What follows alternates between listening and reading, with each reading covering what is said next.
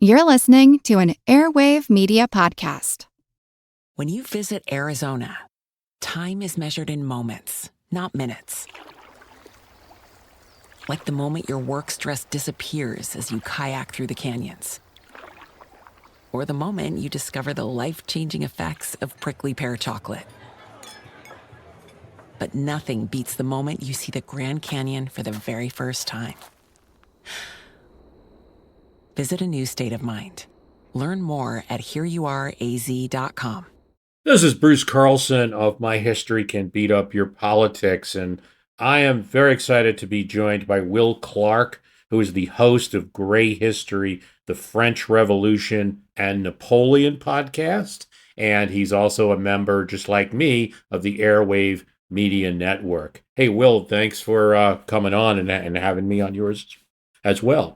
No, it's an absolute pleasure, Bruce. I'm really excited to be here. I know that we've been discussing this collaboration for a little while now, and to say I've been, obviously listeners don't know this, but you've slowly been kind of drip feeding and, dare I say, teasing me about what you want to cover in terms of the French Revolution's both immediate but also long-term impacts on American politics. And all of this is stuff that I had absolutely no idea of. So to say that I'm a keen bean would be an understatement.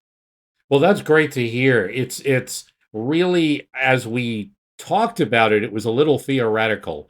I knew that in my heart that, and my head as well, that the French Revolution and the American Revolution are so intertwined. But after doing more of the research, and my show is basically, history and the politics of today, and I'm always learning as I do it. It just became so apparent that it's not just intertwined.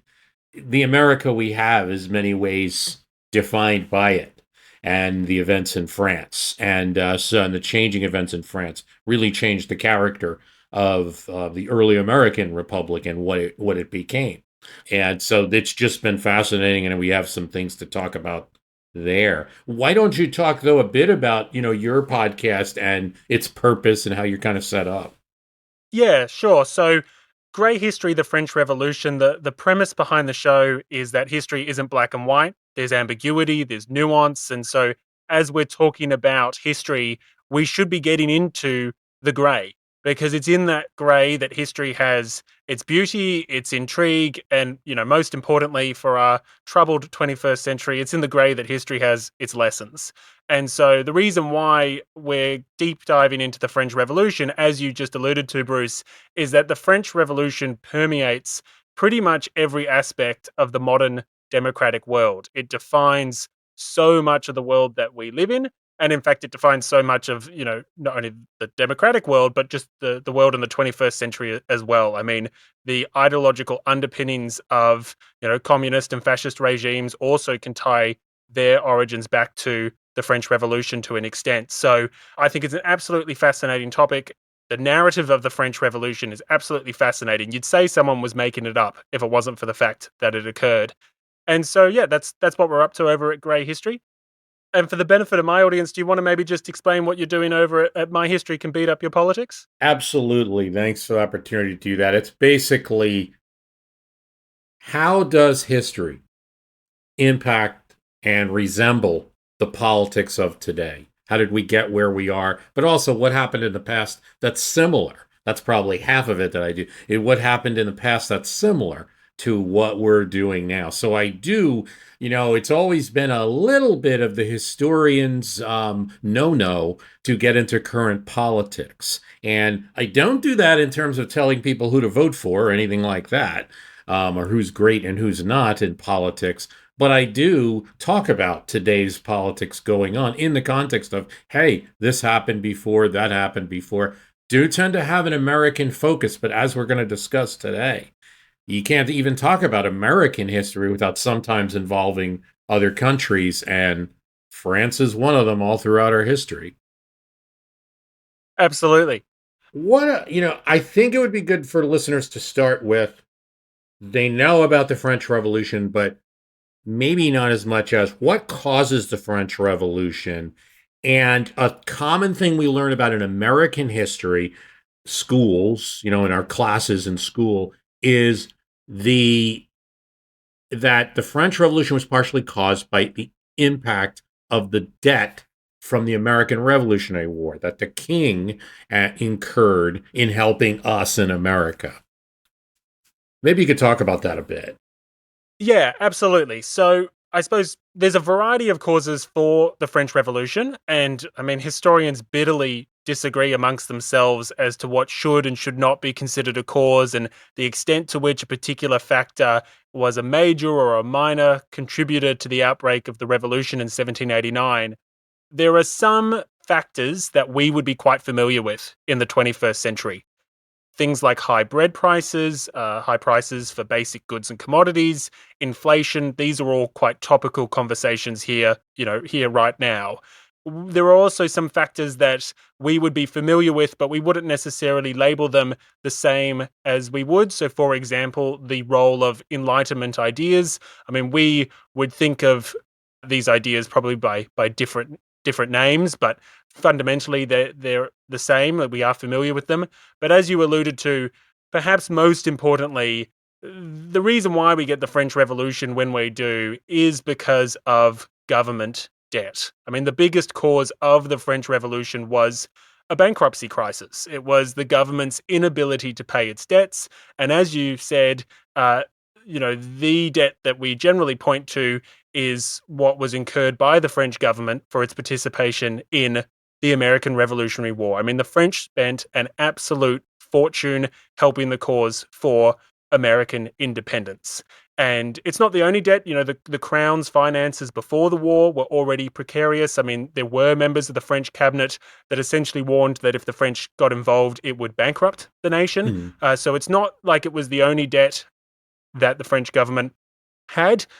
But at its core, without that debt, you don't get the French Revolution. Reform to what we call the old regime was inevitable and it was necessary.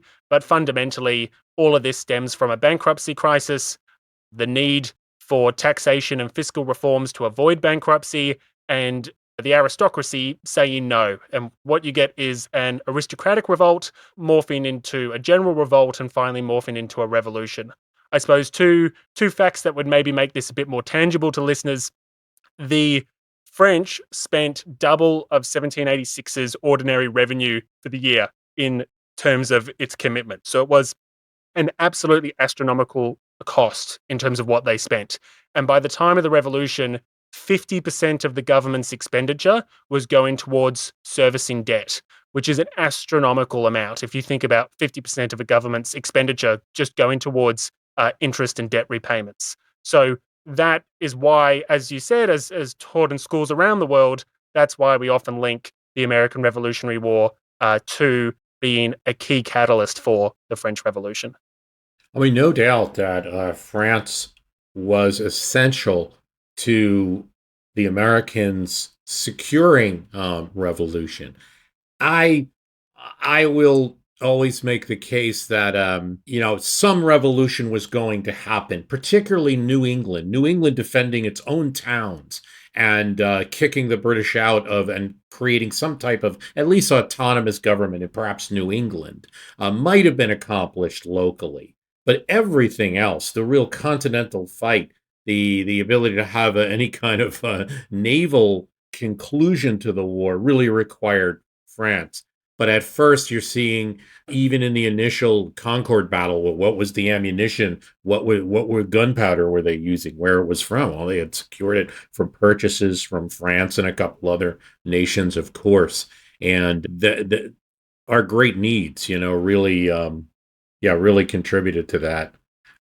To follow up on what you were just saying around the supplies that the French were sending, I mean, even before the French Navy and the French Army got involved, pretty much all the gunpowder used by the Americans in the Saratoga campaign is French gunpowder. At the time that the conflict broke out, there's maybe just one gunpowder mill operational in the 13 colonies. You have a tremendous amount of reliance on muskets, arms. The French were even sending uniforms and tents. Like, everything was being thrown at this conflict before the formal alliance.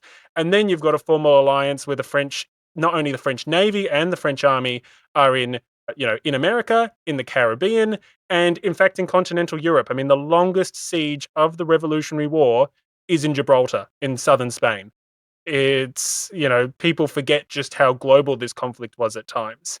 And so that's why this conflict was just so expensive for the French. I mean, they didn't have the resources really and they weren't in the financial position to undertake the conflict, and that's why it came back to bite them just a few years later. It was just so tempting, though. Here's the American colonies, the own English colonies that they had just fought in what we call the French and Indian War, and here they are. All those Bostonians we fought against are now, and Virginians are now revolting against their king. How can we not take this opportunity? But they really were still pretty badly beat up from the last war and in a bad position. Now, the rough years we're talking about with the French Revolution, I started 1789. Is that the right place? Yeah, I would say 1789. That's the date that we generally, would consider the start of the revolution. I mean, to be frank, there are historians that argue that actually you can really start to tie events from 1787 and 1788. That's definitely, I suppose, the pre-revolutionary years, as you would expect with a lot of revolutions. I mean, you can't talk about, for example, the Russian Revolution in 1917 without talking about, the lead up in World War One, for example, or the events of early 20th century. So yeah, I think 1789 is fair game. I mean, obviously the French still celebrate as their national holiday today the fall of the Bastille on the 14th of July, 1789. So yeah, the summer of 1789 is as good a start as any. If anything, probably the more controversial bit is when do we end the French Revolution? For those people that are unfamiliar, Ridley Scott has just produced a great film that was incredibly controversial for everyone to go and see on Napoleon. But essentially, the revolutionary era rolls into the Napoleonic era. And so, whether you say the revolution ends at the end of the Terror in 1794, whether it's Napoleon's coup in 1799, whether it's the downfall of Napoleon in 1815, there's those are three of many dates that historians bitterly disagree over just when the French Revolution ended. But you're talking about the last 10 years of the 1700s at a minimum, really. I think so, and definitely for the purposes of our discussion. For instance, when later we get into impacts on America, you must discuss those 10 years because it doesn't. The fact that there was a revolution in 1787 or 1789, wherever it started, will impact the government long into past the Reign of Terror and into the Directory period. The Directory probably caused America the most trouble over here. But in any case, well, that's a teaser of later. How much really is the whole bread thing that we hear about, the lack of bread? How much is that really a contributor to the French Revolution? Yeah, so I mean, there's no doubt about it. It is a significant contributing factor to the outbreak of the revolution in mid 1789. I mean, in the years leading up to the French Revolution, there had been several years of bad harvests, and by July 1789, the situation was pretty dire. In the 4 months preceding the fall of the Bastille, there were more than 300 accounts of violence and disorders that were recorded as a direct result of the scarcity of food. So absolutely the lack of food was making an impact. And naturally, we can understand that this desperation, this starvation, also this fear of starvation, made people open to change. And it also made people hostile towards the royal authorities that were viewed as a combination of corrupt and incompetent. I suppose there's two things worth noting. Firstly, many of the major popular disturbances of the revolution were accompanied by high food prices and broader scarcity of not only foodstuffs, but also basic commodities such as soap and firewood and the like. Uh, Cost of living issues, to use a modern term, were a big factor in shaping the revolution and influencing how it evolved over time. When the monarchy was overthrown in 1792, when leading revolutionary factions were overthrown, when big demonstrations and uprisings occurred, they were almost always accompanied by times when food and basic necessities were prohibitively expensive and near unobtainable for the average citizen. And as a result, issues like price controls, forced sale of goods, private property rights, measures against hoarders and speculators. These all become key debates during the revolution as it radicalizes and as different factions vie for control. And I suppose that leads me to a quick second point, which is Hmm. that it's important that the issue of bread and food scarcity and hunger, it's important as a contributing factor to the outbreak of revolution. But what I think is actually overlooked is the role of food scarcity and hunger, not in starting the revolution, but in fact in shaping the revolution over time. These issues define the revolution's evolution. They are critical to its radicalization.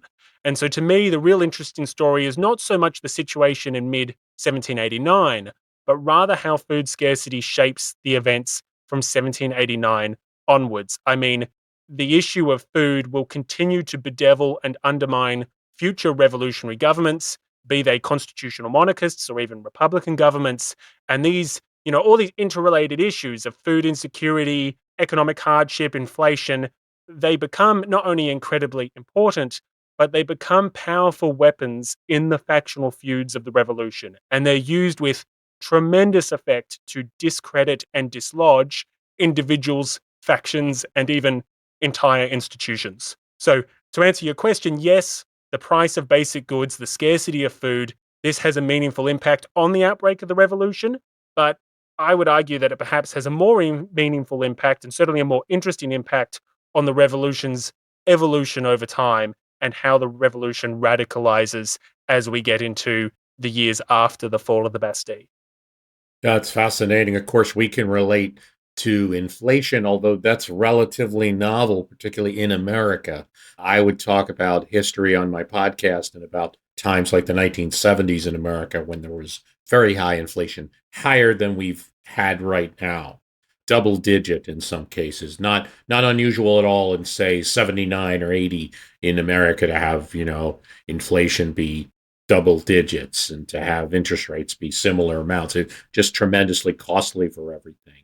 And while Americans didn't start a new American Revolution or anything, inflation just generates the most radical thoughts in people because what we did do is overthrow our president. So there was a lot of one term occurring during that inflation period.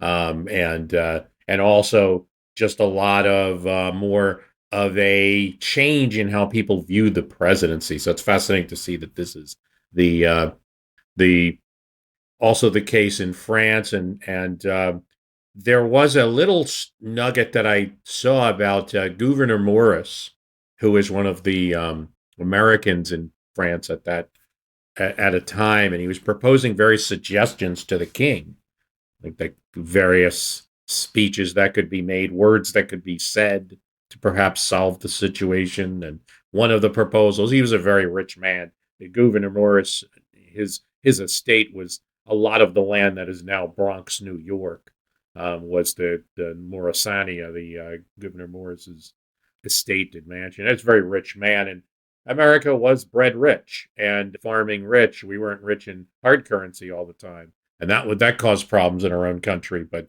there was this proposal that say these right words, and then we'll also set up the ships, and they'll come through London and come to Paris at just the right time with the bread to save you. But first of all, the king didn't take his proposal, just, wrote some nice words back, and the bread plan never happened. I'm not sure that an American shipments could ever have solved the problem in any case.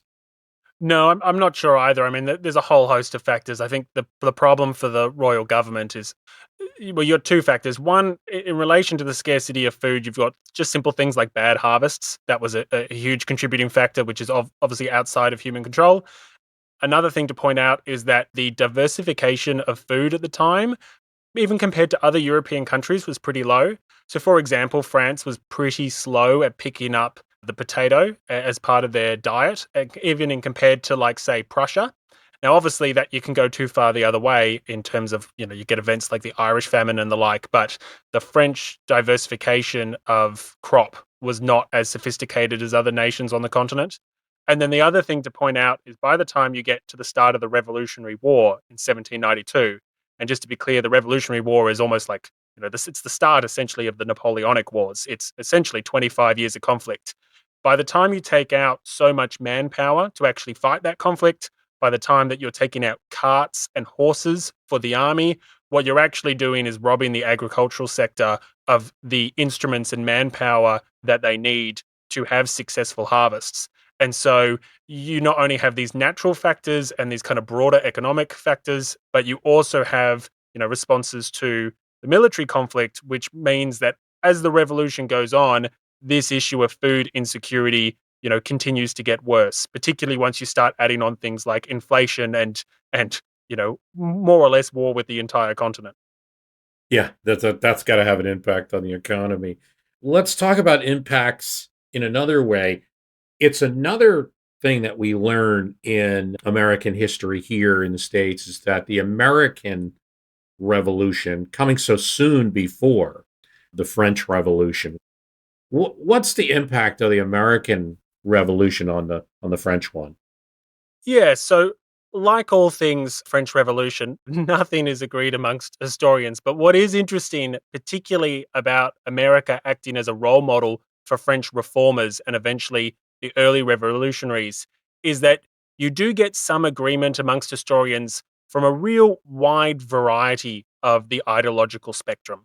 So, for example, if I take a historian like Peter Kropotkin, who's an anarcho communist historian, he aligns quite closely with what we would call the classical interpretation of the French Revolution, which Hmm. is really a way of saying one that it's the Marxist interpretation. It's really one that emphasizes the centrality of class conflict in understanding the revolution.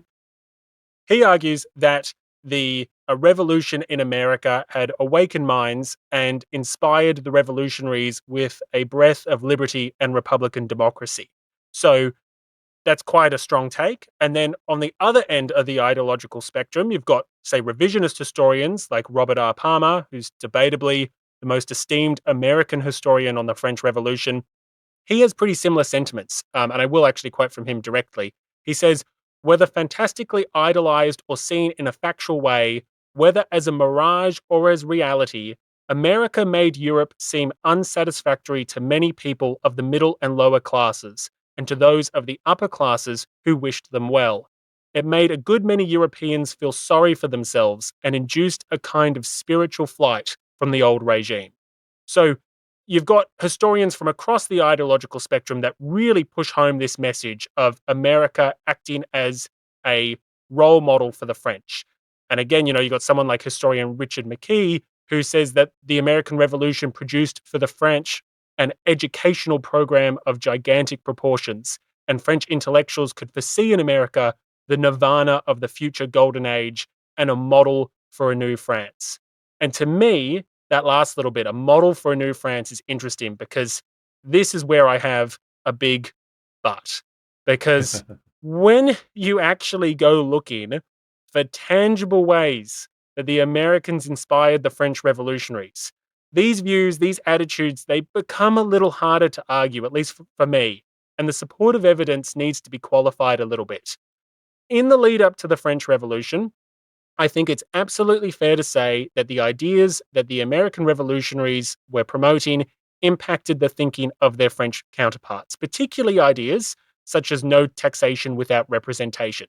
I mean, after all, the French Revolution at its core started with a bankruptcy crisis. It started with issues around taxation. And so it's no real surprise that these sorts of ideas from America filtered into the French public debate.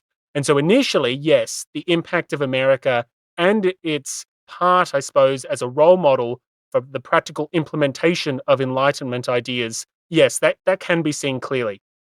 However, once the French actually start to craft their Declaration of Rights, and Mhm. perhaps more importantly, once they're actually building their new constitution, things really diverged from the American approach. I mean, in a whole host of ways, the French revolutionaries outright rejected the ideas that underpinned the brand new US Constitution. I mean, as you said, you had the Confederation period after the American Revolutionary War. George Washington is sworn into office only a few weeks, just a couple of months before the storming of the Bastille. And so, the US Constitution is brand new, and yet the revolutionaries really reject a whole host of the underlying principles that the Americans adopted. There's a lot of deviations, but I think I'll just point out some of the real interesting ones, particularly for Sure. those people that are quite interested in the American Constitution and how it works. Shopify helps you sell at every stage of your business. Like that, let's put it online and see what happens stage. And the site is live. That we opened a store and need a fast checkout stage. Thanks. You're all set. That count it up and ship it around the globe stage. This one's going to Thailand. And that, wait, did we just hit 1 million orders stage? Whatever your stage, businesses that grow with Shopify. Sign up for your $1 a month trial at shopify.com/listen. One of the things that the French really did not embrace was the separation of powers, which is obviously like a key fundamental guiding principle to the American Constitution. The king had far less powers than the US president, and unlike the US Supreme Court, the judiciary was well and truly subordinated to the French legislature. And why was this the case? Well, many French revolutionaries, they ideologically disagreed with the whole idea of the separation of powers. They argued that sovereignty laid with the people and that just laws were a reflection of the general will of the people. And taking that one step further, they argued that there was only one general will. And so this could only be represented by one institution. And that institution was not the executive branch in the form of the king and his ministers, nor was it an independent judicial branch. Instead, it was the legislative branch. And as the legislative branch represented the sovereign people and the sovereign will of the people, it had to be the supreme constitutional power. And therefore, the executive and the judicial branches were subordinated to the legislative branch. And so, in short, this was a complete rejection of the balancing of powers and the separation of powers, which defined so much of the US Constitution. And for similar reasons, the French absolutely rejected the American approach of establishing a bicameral system, a system of two chambers, the House and the Senate. And in fact, all but one US state at the time had such a system. I believe it was only Pennsylvania that had one chamber at the time. And for that matter, so too did the United Kingdom. I mean, the UK still has the House of Commons and the House of Lords. The French adopted a unicameral system, so one single, very powerful legislative assembly. And again, it was this idea that there was only one general will of the people, and this was the supreme sovereign power, and the will could not be divided into separate parts or into separate houses. And therefore, the establishment of a bicameral system, the creation of a House and a Senate, if you like, would distort the true representation of the people's will. These are just two ways that the French fundamentally differed from the Americans. I've got an interesting thought experiment, though, for you. Okay. One final one.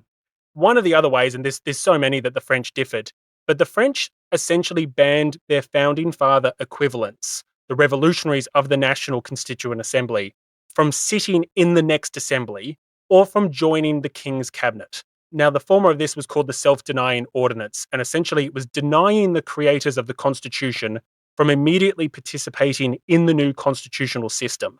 It was designed to prevent the monopolization of power, and there was also this idea, well, surely in a country of 25 odd million people, we can find some new statesmen to lead the next stage of the revolution.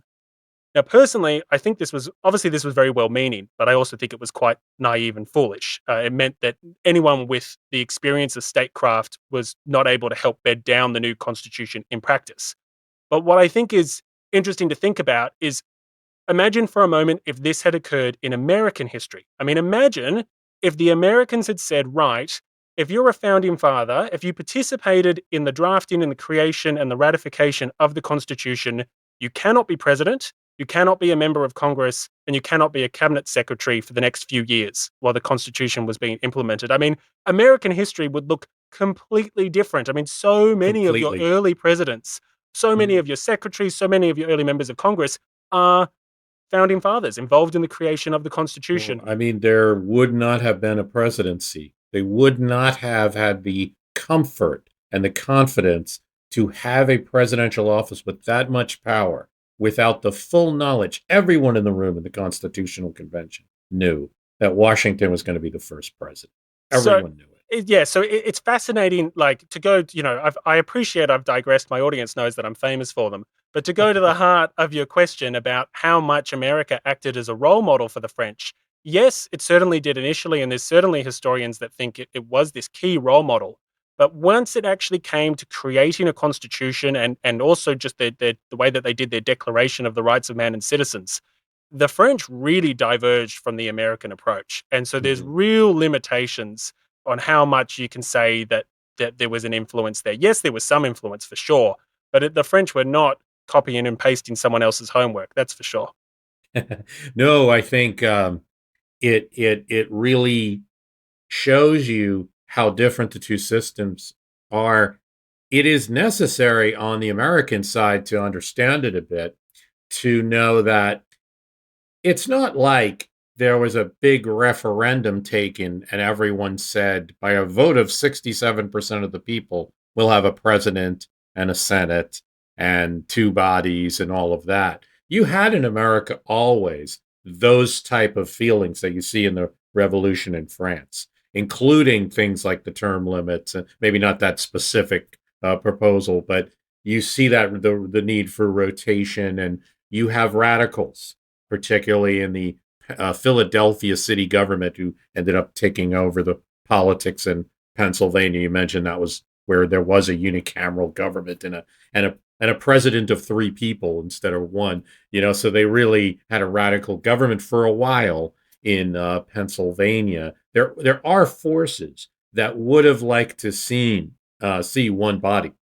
A person to talk about there is Thomas Paine. So Thomas Paine's proposal would have been very similar, like one Congress runs everything, just like you said. The French revolutionaries were thinking that there's only one will of the people, and that many people in a body can't be wrong.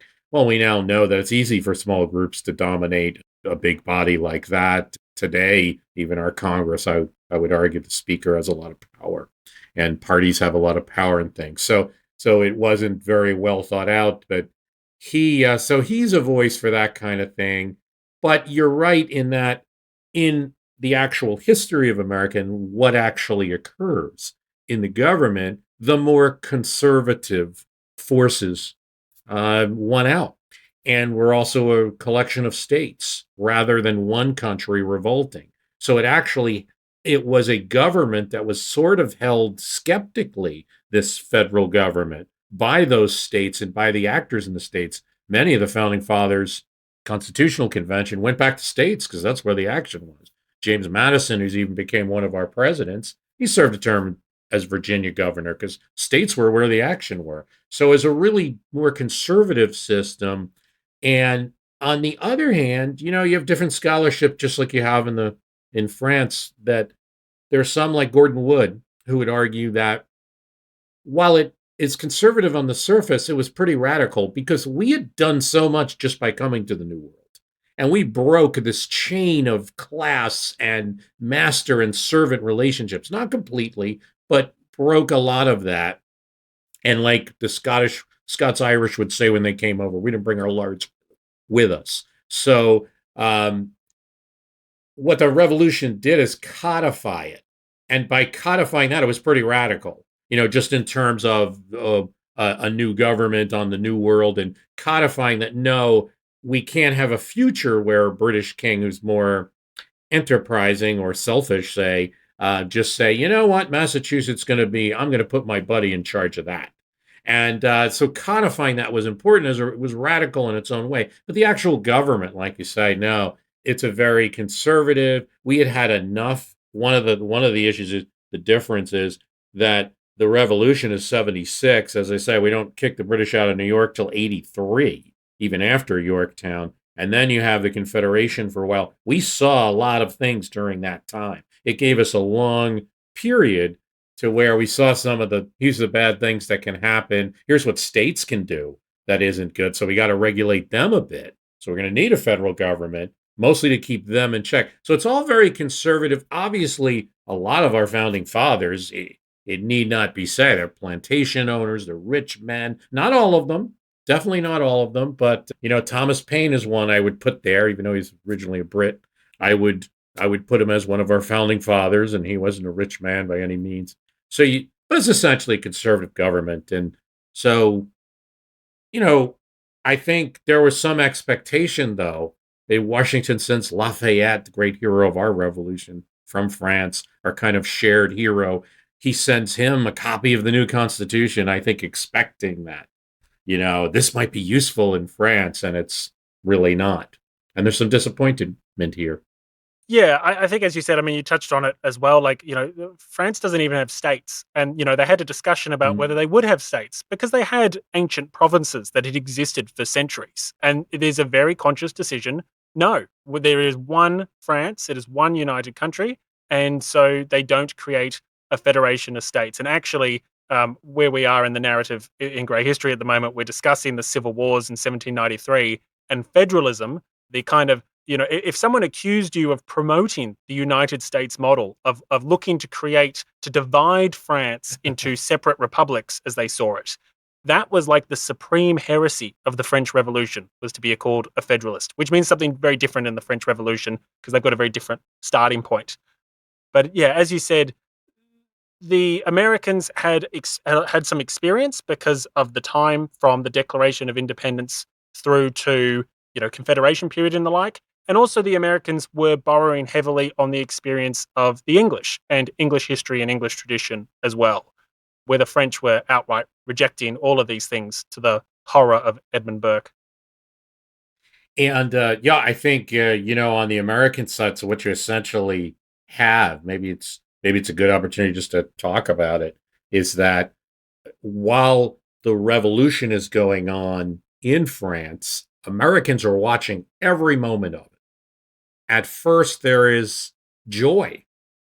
And it really cuts across whether people are Federalist or Republican, are two early parties here, really cuts across the types of politics here. If figures like Washington, so excited that our revolution could possibly be an influence to such an important country in the world. Adams, maybe a little disappointed that they didn't use his book as a model. That's John Adams. But he, of course, excited that there was this revolution going on. Jefferson, of course, initially is in France during the early events and very excited. He goes to the Bastille a few moments after it's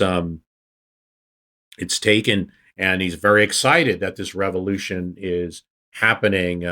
He'll be very enthusiastic for all of this in the beginning, until they start seeing some of the things we talk about, that it's not going to be a revolution with the proper safeguards, and that the more moderate or even conservative factions aren't the ones always winning out. Reports are constantly coming back to America. And of course, another thing that makes it important is that we still have a treaty in effect with the nation of France. And that treaty goes back to 1778.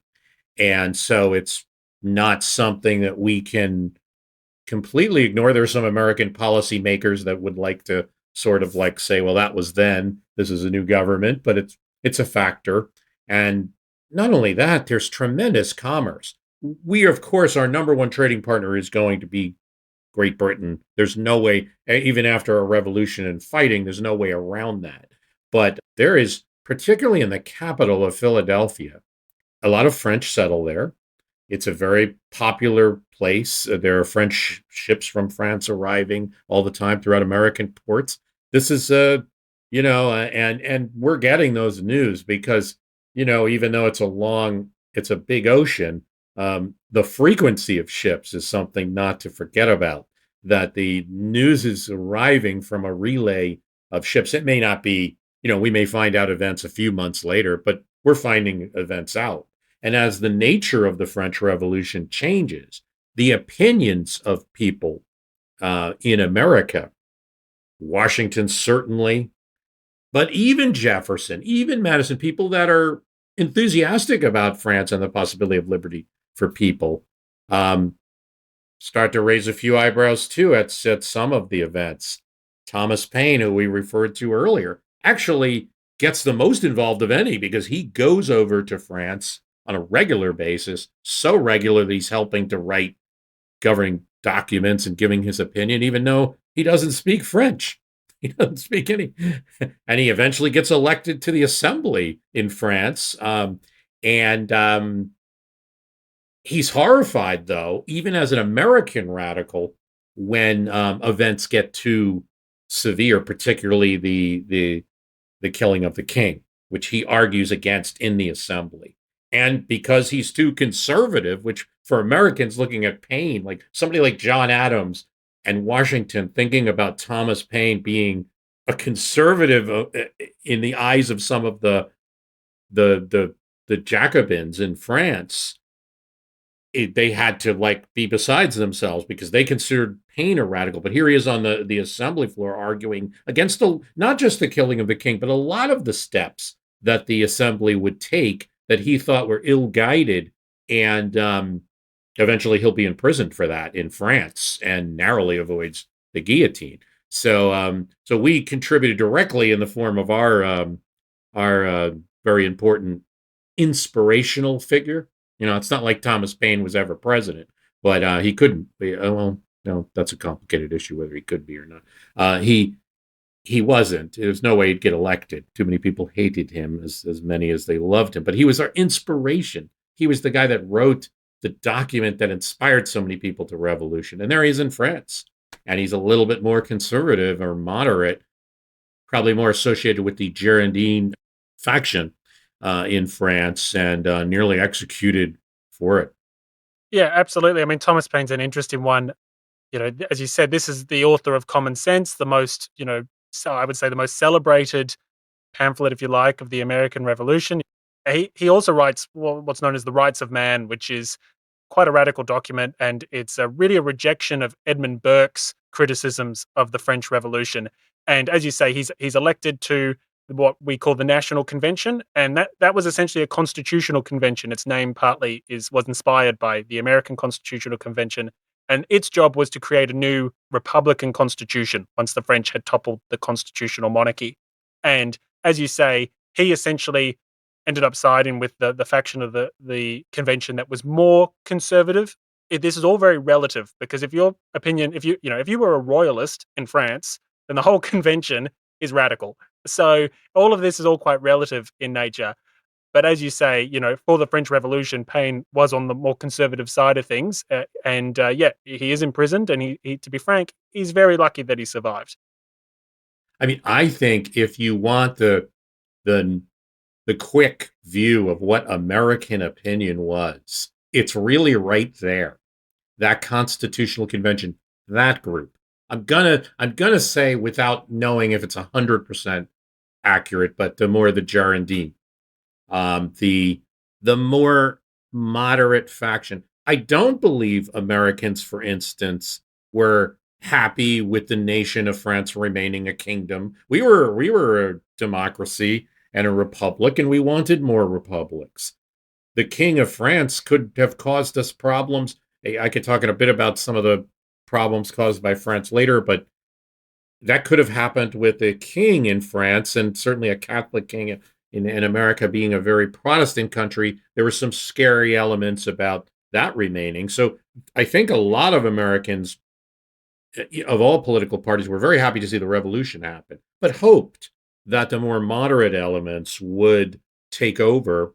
And then to present the really shortcutted view, it's like, and this doesn't change. I think I've just today saw a couple references in today's of politics, but really in American politics, the heroes are those people, those moderates, Lafayette, and anyone who tried to form a constitution, tried to get things working, even if it was to be a constitutional monarchy in France. Those were American heroes, particularly among people like Washington or Adams or Hamilton, figures in our government here.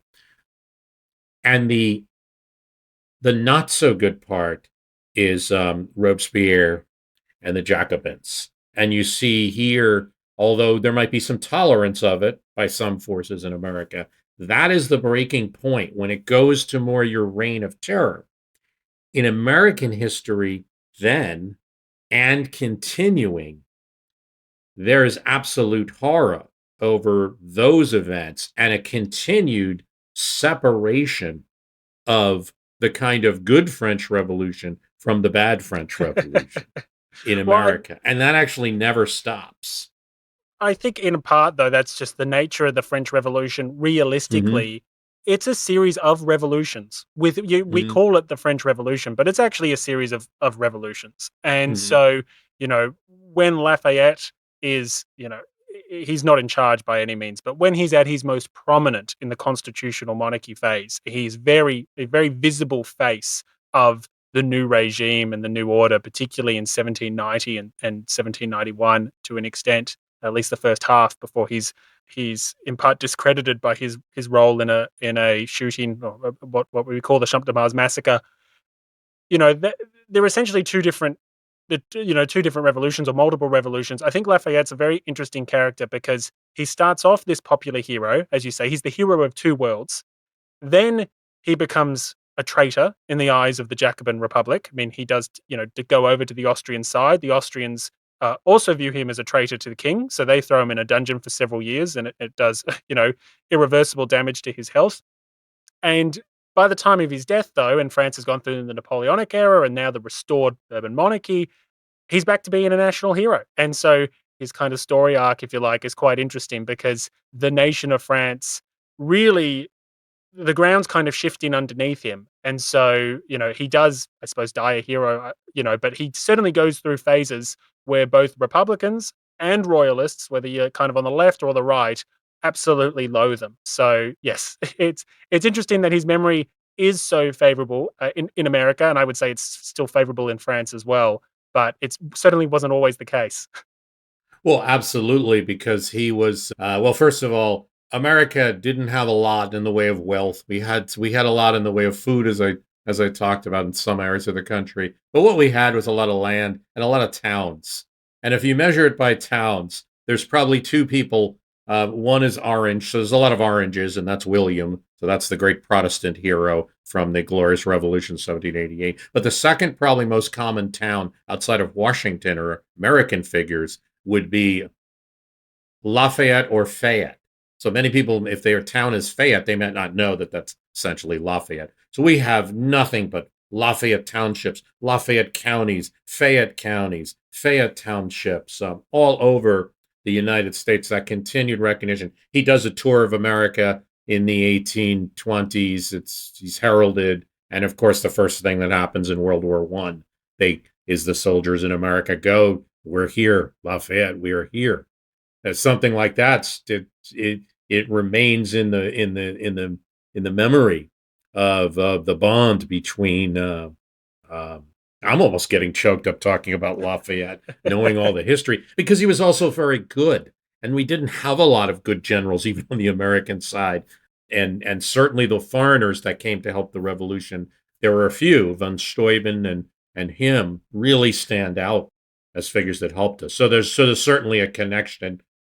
So of course that's so important. But that's where our hopes were. And it seems like when they started to hear about, I'm telling you, the name, if Lafayette is the great name in America, Robespierre is the boogeyman. And I know he's the boogeyman everywhere, but particularly in America, as a good way of delineating like our good France and bad France, and also for Americans who wanted to avoid some of the relationship with France after it got more radical. That was their justification for doing it. But that almost never stopped. You still see references to Robespierre today. I saw one in a reference to pronouns, the politics over pronouns and gender here in America, and it was a reference to Robespierre from Peggy Noonan, who was Reagan's speechwriter, just in 2020, talking about Robespierre wanted to change pronouns too. So he's constantly a boogeyman. That's never changed. I have plenty of examples we get into later or what have you, but that's really where you draw that line. I think what's interesting about Robespierre in particular is that, yes, he is a boogeyman in, I would say, let's call it the mainstream interpretation of the French Revolution, and particularly those that kind of a foreign perspective of the revolution, and certainly a British perspective of the revolution. But in France itself, and indeed within academic circles, the reputation and role of Robespierre is one that is fiercely contested and very hotly debated. And how much Robespierre is himself guilty of the excesses and crimes of the terror versus, say, a scapegoat of those that are actually committing the excesses and crimes of the terror, or perhaps somewhere in between. How much is it his decision versus the decision of a broader committee? These are all things that actually academics are spilling and are continuing to spill a lot of ink over. And so, what is fascinating, particularly around Robespierre as an individual, is, as you say, he is, you know, the great boogeyman of the revolution. He is, evil personified in some accounts. But there is definitely a large school of historical thought that would really push back against that. And that's one of the things that we're starting to explore where we are in grey history as we essentially we're kind of starting the terror now. And so how much Robespierre is a driving factor and how much he can be assigned responsibility is something that we're going to be exploring. But to go back maybe to Lafayette and Sure. American reception of the French Revolution, I mean, obviously Lafayette finds himself in Austrian and Prussian dungeons after the revolution turns into a republic. During the Reign of Terror, Lafayette's wife and her family are detained by the revolutionary authorities, and American officials, while officially they don't really get involved, unofficially, they are very much informing the French government that if the wife of the Marquis de Lafayette finds herself guillotined, the Americans very well may abandon neutrality. I suppose if we kind of step back and look at the terror more Hmm. broadly, Hmm. what are the senior American statesmen, making of all of this? And then how is that actually turning into practical policy changes or approaches? I suppose what are the impacts of the terror on the juvenile American Republic? I think that there's a certain group of Americans, I think a large swath of Americans in government. Again, I think kind of the shortcut of it is that the conservatives won, or at least the moderates won, in the construction of American government. So I do think there's a horror. I think they see it as an aberration, what's going on over there, particularly during the terror. And so there is, I don't want to say that it can never happen here, but there's some of that thinking. It's not going to lead to immediate panic like this is going to happen in the streets of Philadelphia. Although certainly some riots do occur all through the early republic. It's not unusual to have street demonstrations. And we already had our lessons of sort of mob problems in the past, and that would be the Shays Rebellion. And kind of like the Robespierre example we're saying is that sometimes that is a little exaggerated. Even Washington sort of receives reports thinking that some of them are like, okay, you're trying to make this an example to bolster the federal government. You want me to go be the guy to lead the convention. You're trying to argue that. Well, I'm getting some information that wasn't as bad as what you say. So we have some mob events. There are a group of Washington soldiers, he's not part of it, that surround the early Capitol and demand payment before the revolution is over. Washington does put a stop to that. It peters out. But there's little scary things. But I don't think there's the feeling that it'll come across the Atlantic or something like that. It's just a constant cautionary tale throughout American history that and when we see changes over time, that this is the bad.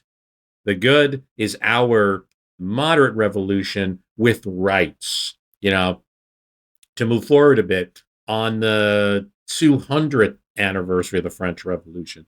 So in 1989, Justice Sandra Day O'Connor is going to make a speech. And I just saw this speech and I thought it was so typical of how we view the French Revolution. Because while she salutes that France, introduced rights and things like that we like in America, it was so much better that in the same year we passed the Judiciary Act, that we created a more stable but democratic republic. Whereas, and probably she cites Robespierre like 3 times in the speech, the French government was more focused on, say, the rights of man. We were more focused on liberties, and in a lot of cases, it was preserving liberties that were there. There's not a heck of a lot in the Constitution that is a new radical system of or rights. These are rights that most people felt they had first as Brits and then in the States. So the Bill of Rights and the Constitution we have today is very similar to the Virginia Bill of Rights that any Virginian would have expected from their state government.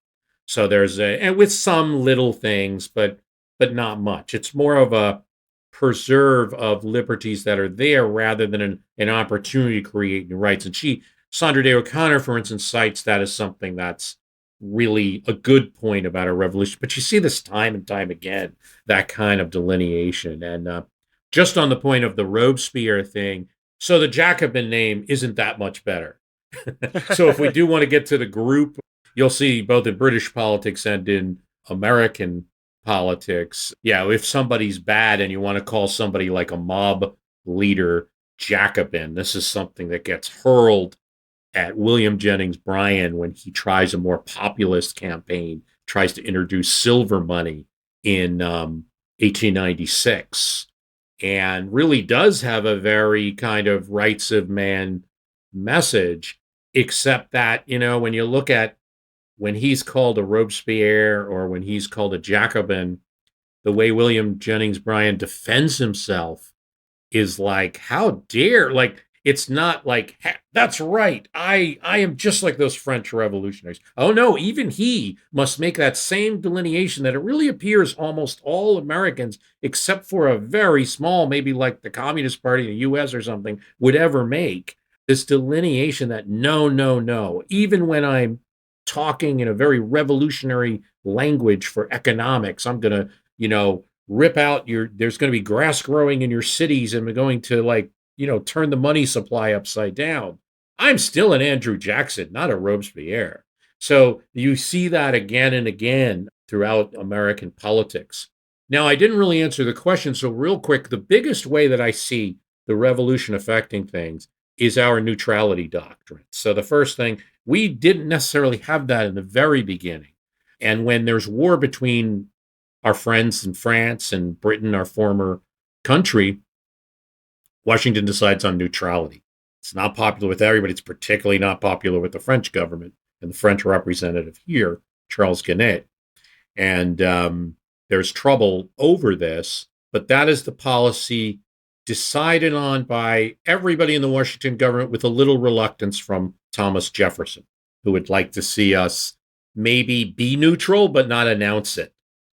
And it really creates in America early on this kind of like, don't entangle yourself in foreign problems. You have to remember, we had a lot of things, but we didn't necessarily have a strong Navy.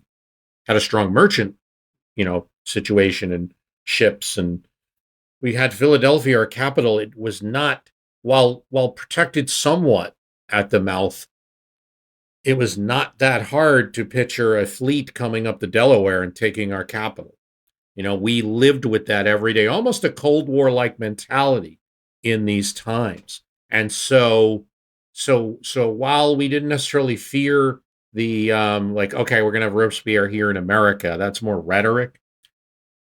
I think the relationship with France changed. I think certain figures wanted to perhaps void, without officially getting rid of the treaty, but void some of the obligations. We certainly didn't want to consider ourselves an ally in France in the way of, we'll support you no matter what. So when the French ambassador to the United States, that's sent by the first revolutionary government to send an ambassador, he does a number of things that is quite annoying to the Washington administration. One is which he appears in Charleston Harbor. He says that he was blown there by the winds, that he couldn't get to Philadelphia because of the wind. Well, history will never know. It's certainly possible, but there's this huge crowd waiting for him. They are more of the people who might be critical of Washington's government. He has instructions to do a couple of things that are alien to the Washington government, which would be a more federalist government. One of that is that he wants to support privateering on British ships. So to have French vessels, say in Charleston in Norfolk, in Providence, Rhode Island, and in Philadelphia being outfitted, and then to use that as a base because they can't, it's easier than going all the way from France and attacking British shipping. This is not something that the Washington administration's interested in. Interestingly enough, not even some of the friends of France, like Madison and Jefferson here, who are ostensibly friendly with France, want this. This is going to cause a war with Britain if we start harboring. But the way the French are looking at it, and Guinea is looking at it, is, hey, you have this treaty with us from 1778. You're supposed to be our ally. So in addition to that, they wanted to start setting up pro-French governments in some of the western states and to try to get the citizens in Louisiana and Florida and start to go on raids against the British. There was some agitation that he had instructions to cause some agitations in Kentucky. Kentucky was the Overmountain group, and they weren't exactly in line with the Washington government in Philadelphia, so maybe there could be a play there. None of that really came to fruition, but those were things he was trying to do. He also has meetings with Washington where they, in the Washington administration, do not feel that Guinea showed the courtesy due an American president, and isn't frankly insulting, telling him what to do. And this was how some in the government, particularly Federalist Party, perceived the way France might be. So you had the Washington Party, if you will, the Federalists. Washington never considered himself a party, and then the anti, which was the Republicans. And that's mostly associated with Thomas Jefferson and James Madison, but a lot of other folks who feel like we should be more of a republic, and the Federalists were more like this constitutional, these checks and balances, and a banking system and money. These are the important things. Let's build our country. And of course, we're going to be a democracy, but somewhat second, whereas the Republicans wanted to put that first.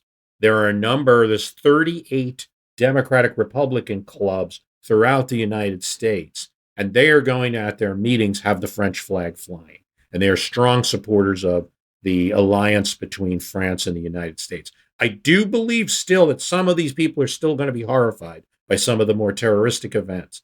But there is a lot of support for France. And why aren't we supporting the guys that helped us in the revolution instead of dallying with the English?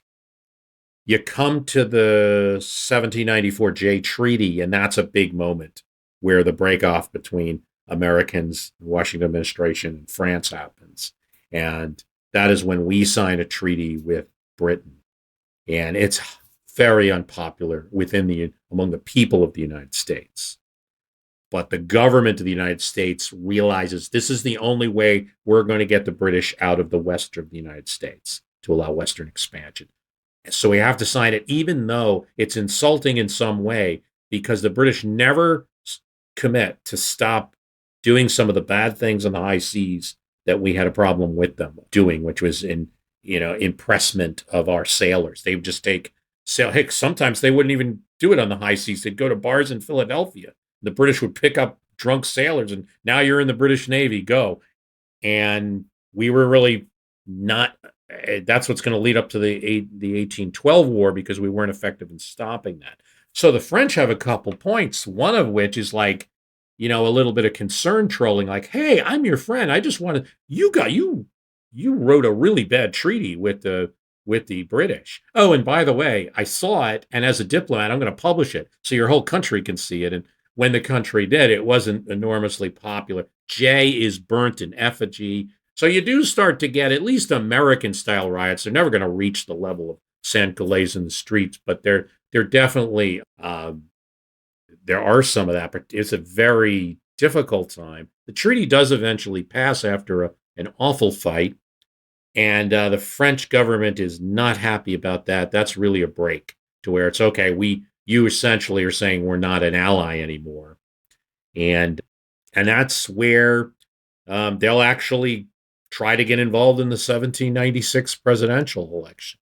So after Washington gives his farewell speech and leaves the stage, the French minister at that time, Adet, is going to issue a proclamation that Americans should vote for Thomas Jefferson, essentially. It's really only reaching Philadelphia, but Pennsylvania is such an important state in that 1796 election.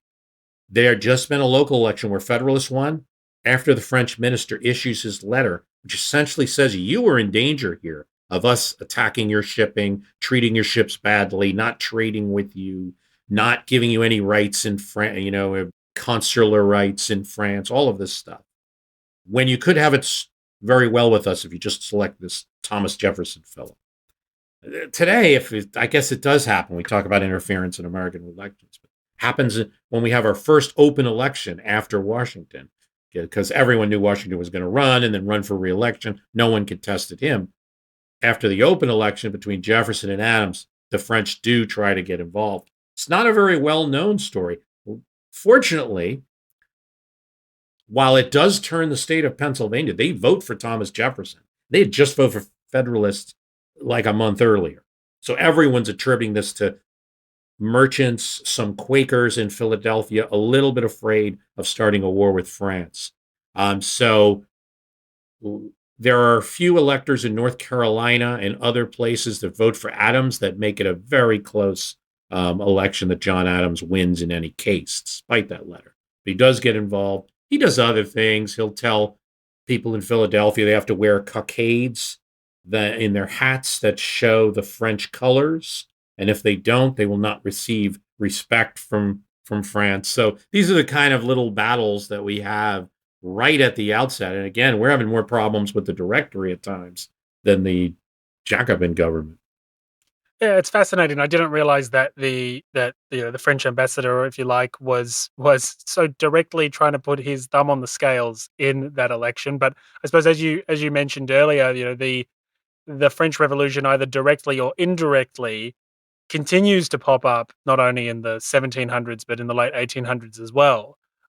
For me, one of the things that obviously I've got a bit of a heads up about some of the research that you've been doing, and one of the things that I was really fascinated was just how, I suppose, long the shadow was of the French Revolution on the American political psyche, including in elections in the 20th century. Do you want to maybe talk about that a little bit? Because I was really taken aback, I suppose, by just how prominent some of the nightmares of the French Revolution, if you like, from the perspective of Americans across the Atlantic, continued to play a role even in the 20th century.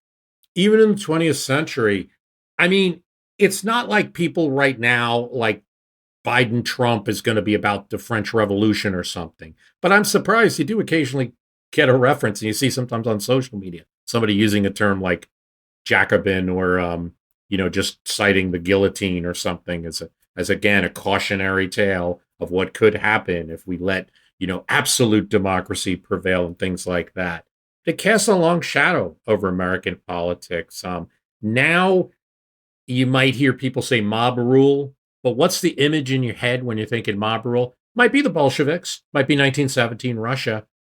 Well, guess what they used in 1917 in America to describe the events there that they had no description for as of yet? How do you describe what the Bolsheviks are doing and why it might be wrong? They were using in newspapers, your more conservative newspapers, the example of the French Revolution. So now someone might say a Bolshevik, but if you're going back to the 20th century and before that really cemented, the French Revolution was the cautionary tale of choice.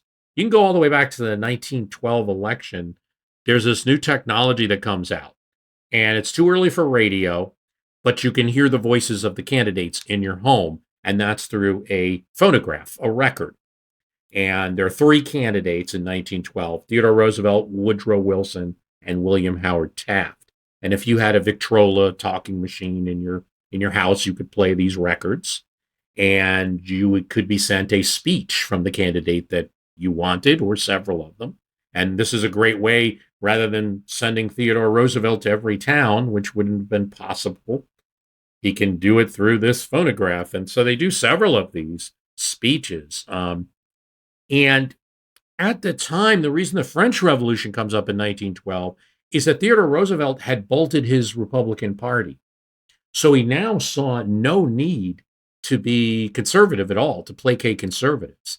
He had taken the progressive wing of the Republican Party with him, and left the incumbent president, William Howard Taft, to run as a Republican.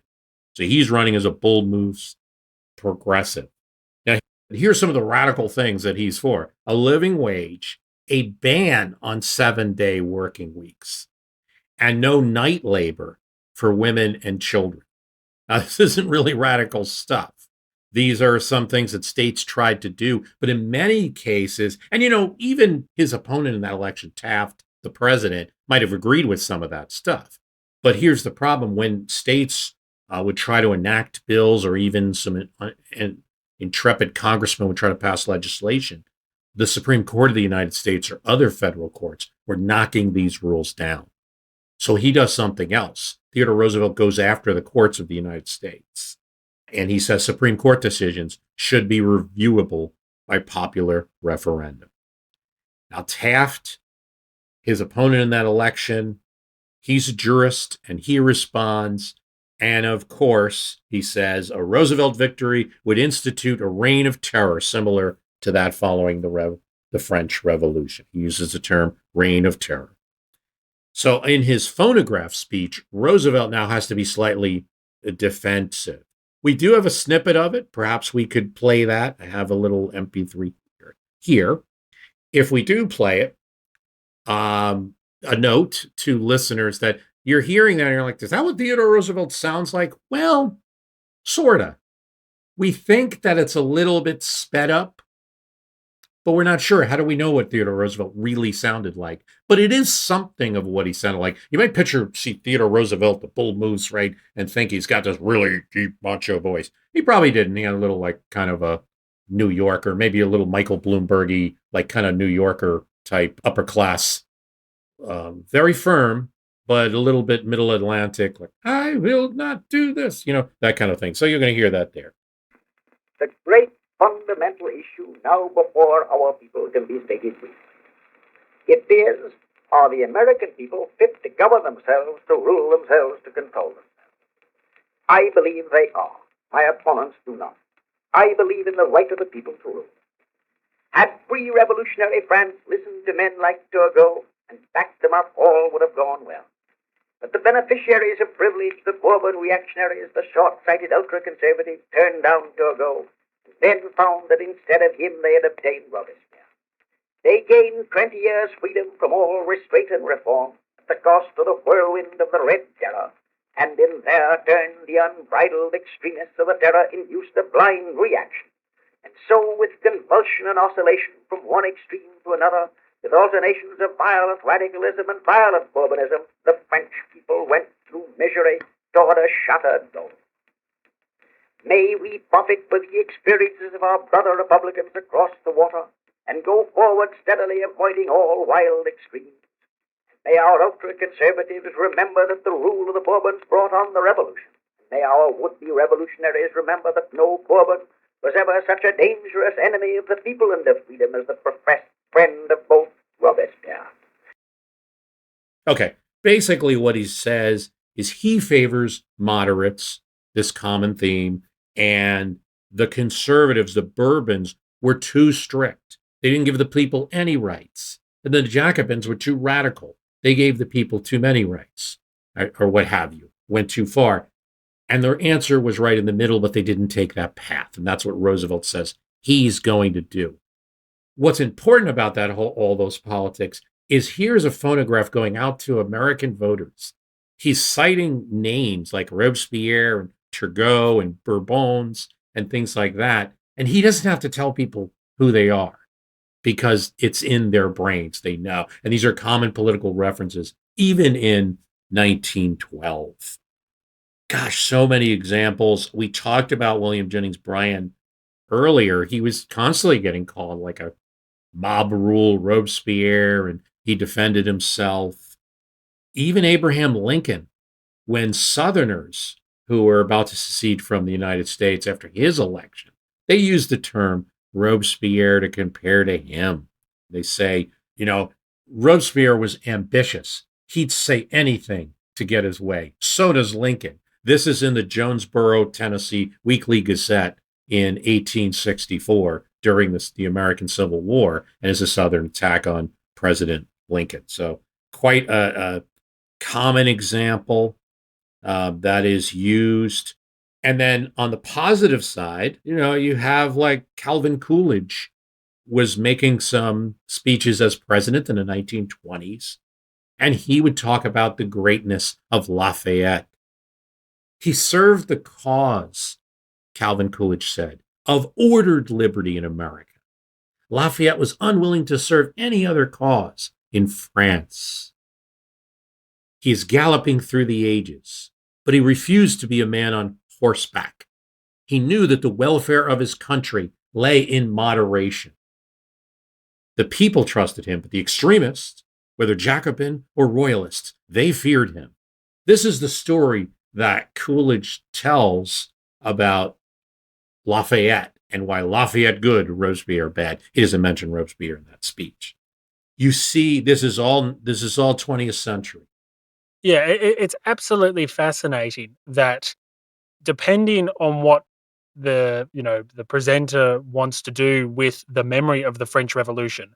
The French Revolution is either complete, all radical and all bad, and a warning as to what not to do. Or alternatively, as you just alluded to, the French Revolution is also held up by some American politicians as an particularly the earlier years of the French Revolution, as an example of, yes, we shouldn't be too radical and too extremist, but there's still a case for moderate reform and a moderate path forward, and we shouldn't be too reactionary, in the case of that quote, attacking the royalist perspective. So to me, it's fascinating, not only that you get this kind of legacy of the French Revolution that remains kind of as a bit of a cloud over American politics, but that American politicians can kind of pick and choose what they want to reference and whether that's making the case either against change or for moderate change. And I suppose, as you said before the Bolshevik Revolution and before Marxism really became this kind of boogeyman in American politics, the French Revolution played that role to a large extent. It would be interesting to, there's a parallel universe somewhere where maybe the French Revolution still plays a far more prominent role as this kind of cautionary tale, as well as an inspirational tale to some in American politics. But I think nowadays, as you alluded to earlier, it's more the Russian Revolution and what comes from that, Marxism, Leninism, communism, etc., that probably is more, at least on the conservative side of the American spectrum, plays more of that role of this cautionary tale. I certainly, I don't listen to many speeches by Republican candidates in the current 2024 primary, but I don't hear that many references to the French Revolution, but I still hear quite a few references that are pretty closely linked to the Russian Revolution. Well, yes, sorry, Robespierre, there was a Stalin. And Stalin in American politics has now replaced, particularly because we were allies, and during that time there was a Democratic president. So from the 50s there forward, when the more and more that was learned about Stalin and the reality, the more and more that he became the boogeyman, it's just easier. And of course, the Russians revolutionaries made it easy because what was their model, right? I mean, used the French anthem. Lenin loved the French Revolution and saw it as the model to follow. So it wasn't hard for American papers to, at the time, 1917 when it's going on, and in 1919 when Woodrow Wilson and Americans actually send troops to try to intervene against Bolsheviks in their revolution, that the example of the French Revolution is the cautionary tale that drives that against some opposition in the United States, because Woodrow Wilson is another one who was not a fan of the radical part of the French Revolution and was a supporter of the ordered liberty concept. And Burke, that we talked about earlier, Woodrow Wilson as a professor was very into that.